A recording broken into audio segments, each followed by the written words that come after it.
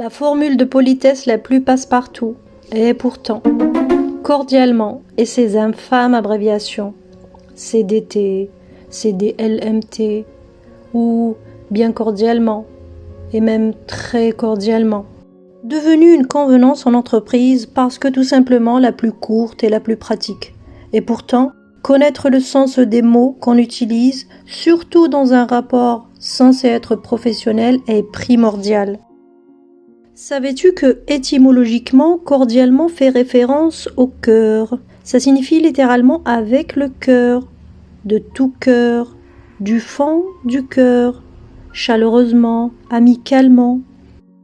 Elle ne doit donc être utilisée que dans des relations cordiales, amicales, quand on connaît la personne, dans des rapports d'égal à égal ou des échanges entre pairs. Arrêtez surtout de la mettre en signature automatique au risque d'uniformiser votre relation avec vos interlocuteurs. La fin d'un mail est l'occasion de se distinguer. C'est votre dernière chance de faire bonne impression. Mieux vaut donc essayer d'adapter selon le cas, le profil, le contexte et le but du mail. Essayez plutôt vous souhaitant une bonne journée, me tenant à votre disposition.